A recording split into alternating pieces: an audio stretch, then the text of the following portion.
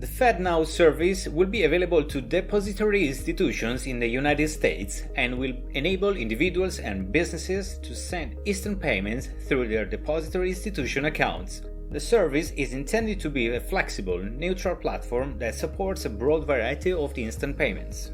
At the most fundamental level, the service will provide interbank clearing and settlement that enables funds to be transferred from the account of the sender to the account of a receiver in near real time at any time, any day of the year. Depository institutions and their service providers will be able to build on this fundamental capability to offer value-added services to their customers. The FedNow service will be designed to maintain uninterrupted processing with security features to support payments integrity and data security. The service will have a 24-hour business day each day of the week, including weekends and holidays. End-of-day balances will be reported on the Federal Reserve accounting records for each participating depository institution on each business day. Access to intraday credit will be provided to participants in the FedNow service during its business day, under the same terms and conditions as for the other Federal Reserve services. The service will provide a liquidity management tool to support instant payment services. The tool will enable participants in the FedNow service to transfer funds to one another to support liquidity needs related to payment activity in the FedNow service. The tool will also support participants in a private sector instant payment service backed by a joint account at the Reserve Bank by enabling transfer between the master accounts of participants and the joint accounts. The first release of the FedNow service will also include optional features: fraud prevention tools, the ability to join initially as a receive-only participant, request for payment capability, and tools to support participants in their handling of payment inquiries. The FedNow service will be released in phases, and additional features and service enhancements will be introduced over time.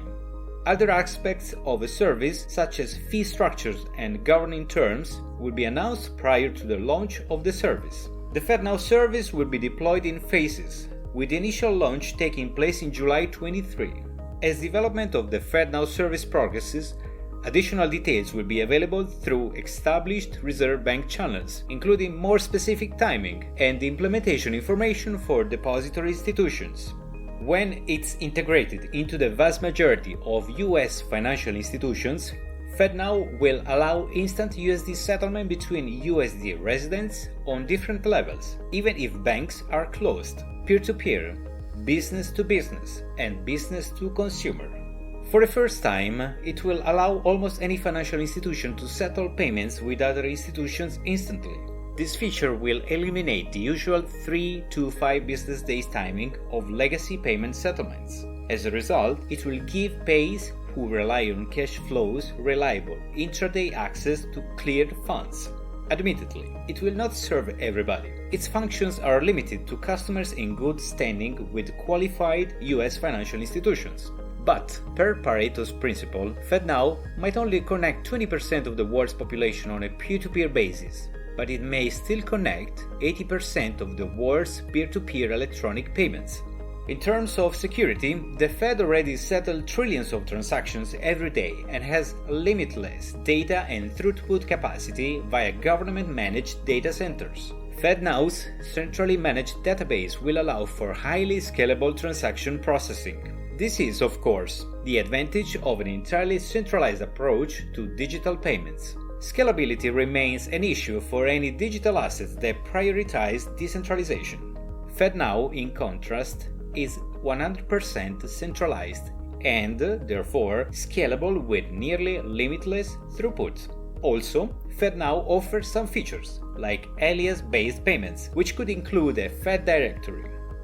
Alias-based payments could eliminate the need to remember an account or routing numbers. In the crypto space, the Ethereum name service does the same thing for Ethereum by creating domain names, or aliases, for Ethereum addresses that look like long strings on numbers and letters. And last but not least, support of APIs. So, it's secure and scalable. These two terms remind us of the famous blockchain trilemma, which doesn't apply in this particular case because FedNow is not a blockchain. However, it's nice to mention at the end of this video. So, here's the questions for GP.